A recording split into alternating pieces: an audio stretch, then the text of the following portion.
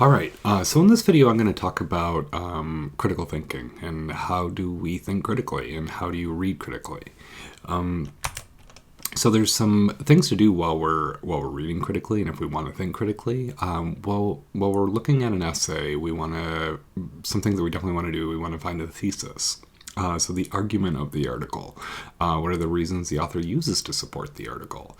The evidence. What type of evidence are they using to support those reasons? And we want to know what the tone of the authors is and who they are writing to.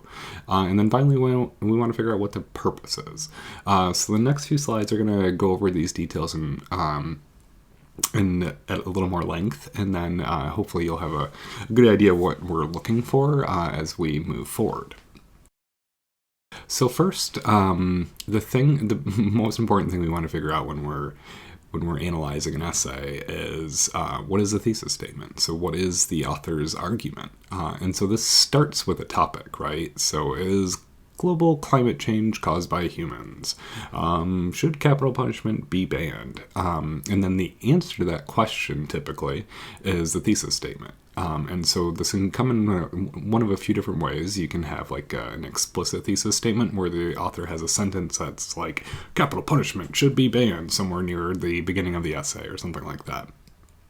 Or it may be implied, meaning like the author is just using all this evidence and reasons that clearly supports the thesis statement without actually stating it. And again, this might not be in the first paragraph of the essay, the thesis statement, but it's going to probably be somewhere in the beginning of the essay. And if you have a hard time finding it, use the title of the article. Sometimes you can find a hint in there.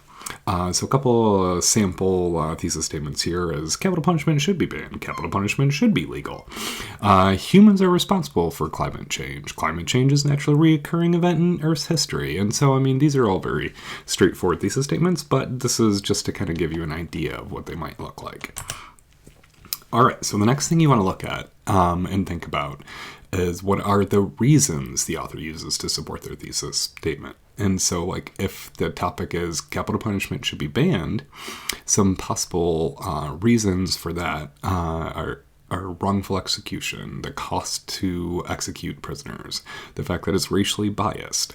Now, if you're on the other side of the argument, you may use justice as a reason. Cost is also used on that side, and that it may work as a deterrent. It will stop people from killing in the future. Okay.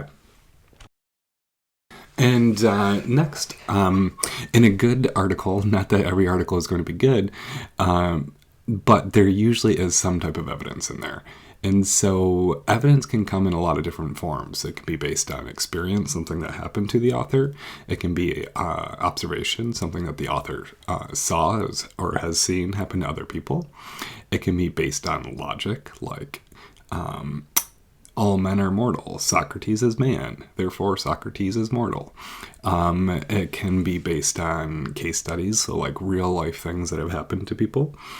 It can be based on history, like what is the history of the topic as part of that argument. And then finally, it can be based on research, using statistics and surveys and analytics. Okay, so those are all the different types of evidence there can be, and you're going to want to be able to identify these things. And so if you were trying to make the argument for capital punishment and that it should be banned, and one of those reasons is wrongful executions, a case study that you could use, a real-life example, would be Cameron Todd Willingham, who lived in Texas, and he was accused of killing his children in a house fire. And then after his death, they realized that the fire inspector had really used bad logic and bad science to prove that in quotes, prove that Cameron Todd Willingham had started the fire on purpose, and he was, after death, he was exonerated. For history, you could, talk about the history of executions and who has been executed and what percentage of people have been executed.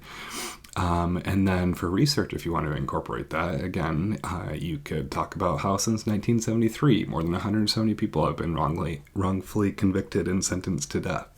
And I know that 1 in 9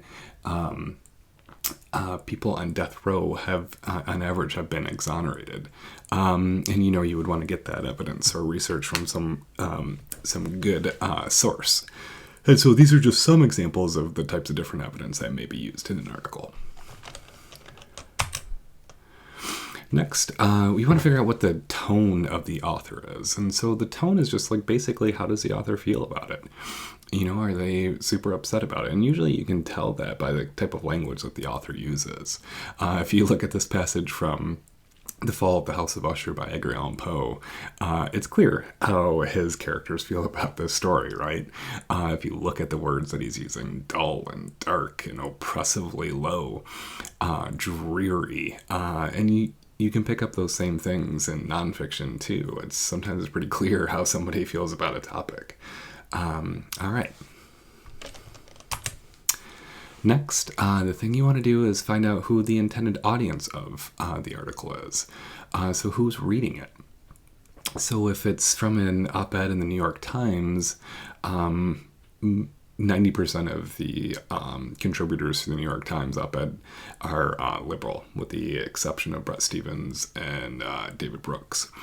For the Wall Street Journal, on the other hand, it's 100% conservative authors.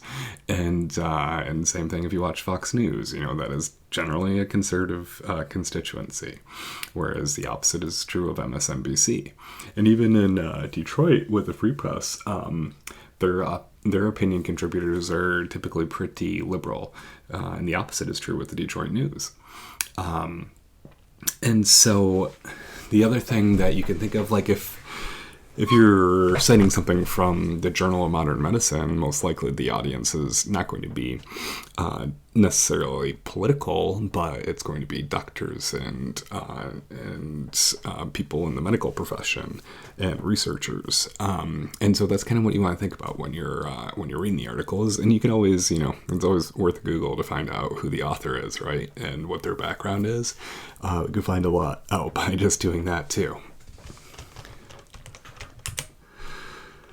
Okay, and so one of the last things you want to do is identify the purpose of the article. And so that can be, the last thing you want to do is identify the purpose of the article.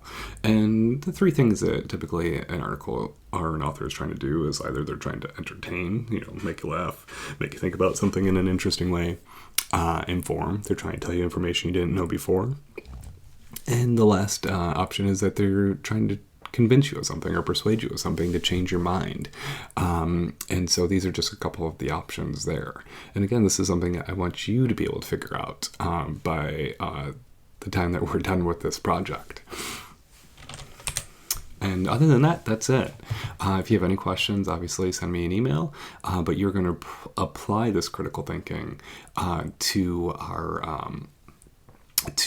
the article that I assigned for this week. All right. Take it easy.